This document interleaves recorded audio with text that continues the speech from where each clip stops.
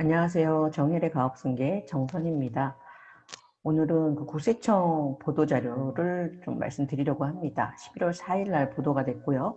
기업 자금 사적 유용, 세무조사 착수하겠다 이런 내용입니다. 안 그래도 기업 하시는 대표님들이 많이 힘드신데 또 이거는 무슨 소리인지 체크를 해보도록 하겠습니다.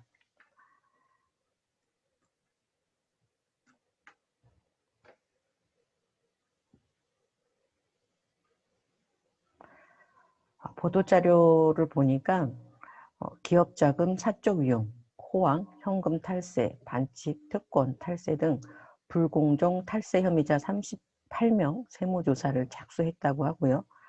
추진 배경은 코로나19로 인해 어려운 경제 여건 속에서 기업 자금을 사주 가족의 유학비용, 호화 사치품 구입 등에 유용하거나 현금, 골드바 등 음성공정 거래를 통해 세금을 탈루하는 사례 등을 다수 포착하였습니다. 대부분 열심히 일하시는 우리 대표님들은 해당은 되지 않을 것 같은데 뒷부분에 보니까 또 요새 많이 하고 있는 지주회사 관련해서도 좀 나와 있어서 제가 그 부분 체크해 드리려고 합니다. 세무조사 지금 이미 38명에 대해서 조사를 착수를 했고요. 앞에서 말씀드렸던 것처럼 이 조사 대상들은 뭐 사주 자녀들의 유학 비용, 그리고 뭐 호화 사치품, 그다음에 법인 카드로 뭐 고급 호텔이나 해외여행 경비 등을 쓴 회사들을 13명 조사를 하고 있고요. 또 현금, 레저 업종 현금 거래를 통한 매출 누락 등에 대해서 22명, 또 사주 자녀 일감 몰아주기 이 부분에 대해서 3명 이렇게 했다고 합니다. 그래서 총 38명. 이게 어떻게 보면은 시작인 것 같고, 근본 조사 대상자 평균 112억 원부터 1886억 원까지 38명 중에 3명이 개인 사업자고 나머지가 법인 사업자인 것 같습니다. 향후 계획, 앞으로도 국세청은 신중한 세정 운영을 지속하되 기업 자금의 사적 유용이나 반사회적 행위에 대해서는 계속 조사를 하겠다. 자, 실제 보니까 유학비용 관련된 게 있었고요. 그 다음에 콘도, 별장, 그리고 사주 자녀 회사를 지원하는 거. 네. 사주 자녀 지배회사를 지원하기 위해서 용역비용 등 과다하게, 그러니까 상식적인 선에서 하는 게 문제되는 게 아니라 정말 누가 봐도 이것은 과다할 정도의 그 뒤에 내용 보니까 뭐 회사를 하나 더 해서 아무튼 법의 테두리 안에서도 할 수 있는 부분이 있는데 대부분 지금 이런 분들은 제가 내용을 보니까 법의 테두리 안에서 하지 않고 그 법을 뭐랄까요, 교묘히 이용했다고 그럴까요? 뭐 그런 부분들이 걸린 것 같습니다. 위장 계열사 설립, 네, 이런 거죠.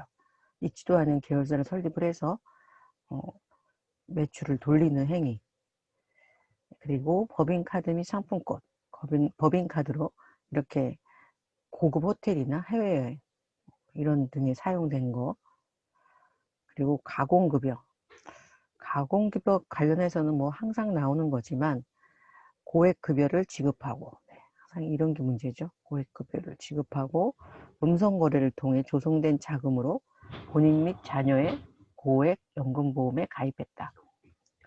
네, 골드바 거래 등등에 대해서 지금 해당자들을 조사를 하고 있습니다.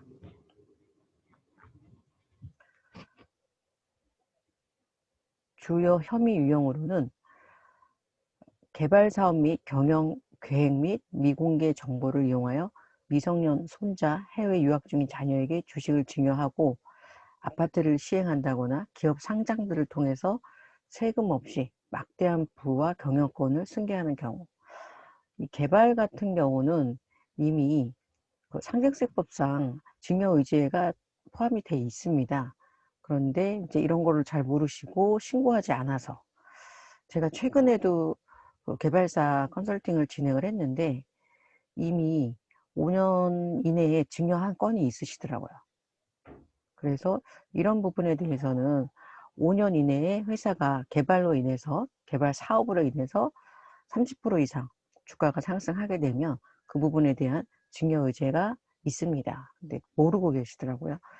그래서 특히 개발 시행사, 개발하는 이런 건설하는 곳에서는, 회사에서는 이 부분에 대한 거를 굉장히 잘 체크를 하셔야 되고요.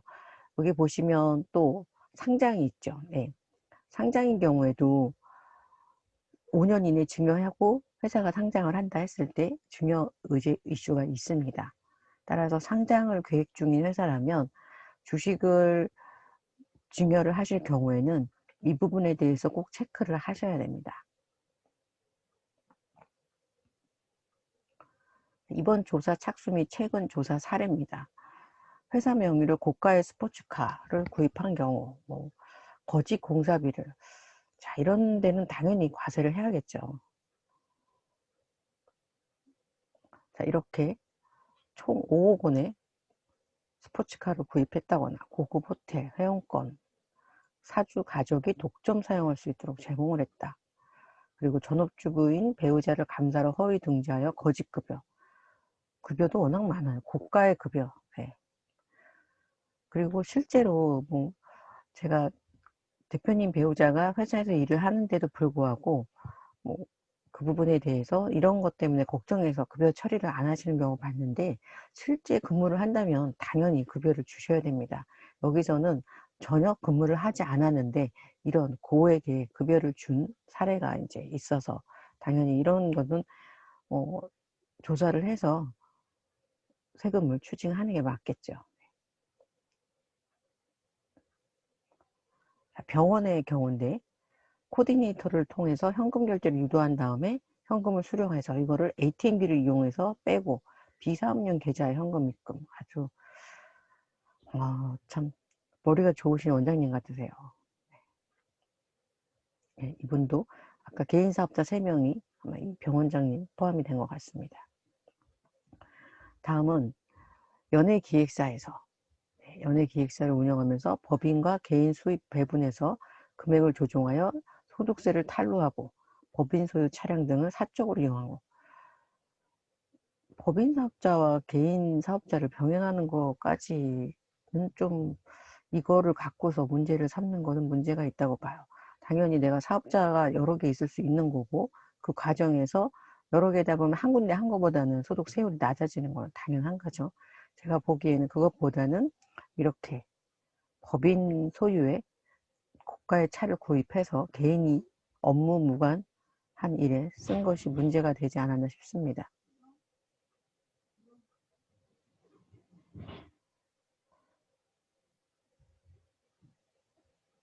사주 지배업체가 사주 자녀 지배회사에 고단가 일감 몰아주기. 자, 항상 이런 게 문제가 되는 거예요. 고단가 일감 몰아주기. 적정 가격, 우리가 다른 회사랑 거래할 때 하는 가격 수준에서 할 때는 문제가 되지 않는데 이렇게 고단가로 하는 것이 문제가 되겠죠.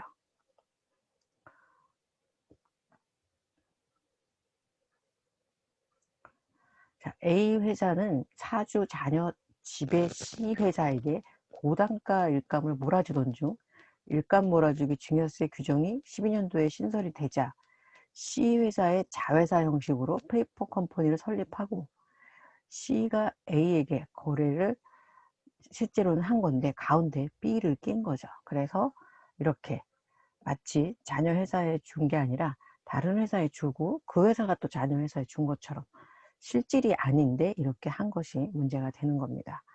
자, 오늘 11월 4일 날 발표된 세무조사 착수한 것에 대한 내용을 간단히 말씀드렸고요. 이 부분은 저도 제가 세무조사를 하는 사람이 아니기 때문에 아주 심도 깊게 저희 유재경 세무사님, 유재경 세무사님은 서울지방국세청 조사 4국 1구 국세청만 22년을 근무를 했습니다. 그 중에 세무조사를 14년 하셨고요. 국세청 출신이 많지만 제가 보기에는 유재경 세무사님처럼 실제 조사국에서 그러니까 모든 조사를 경험을 해보신 분은 제가 못 본 것 같아요. 그래서 유기훈 세무사님 초대해서 콜라보로 영상을 진행할 거고, 세무조사 관련해서 궁금하신 부분 댓글을 좀 남겨주시면 그날 제가 그 세무사님하고 같이 방송할 때 참고해서 여러분들이 세무조사 관련 어떻게 대응을 해야 될지, 세무조사는 항상 있는 거예요. 이거를 두려워서 내가 절세를 못할 필요는 전혀 없습니다. 단지 어떤 식으로 준비를 해야지 조사가 나왔을 때 문제를 최소화할 수 있는지, 그리고 조사 대상으로 눈에 띄지 않을 수 있는지, 이런 부분에 대한 거를 저희 세무사님과 함께 방송 시간에 이야기 나누도록 하겠습니다. 자, 오늘 궁금하신 부분은 010-5500-9632번으로 연락 주시면 되고요. 하단에 상담 남기기 있으니까 상담 남기기 통해서 궁금하신 부분은 상담 남기기 자세하게 적어주시면 좀 상담을 원활하게 진행이 가능합니다. 자, 다음 방송 놓치지 않고 듣기 위해서는 반드시 구독과 알림 설정 부탁드립니다. 감사합니다.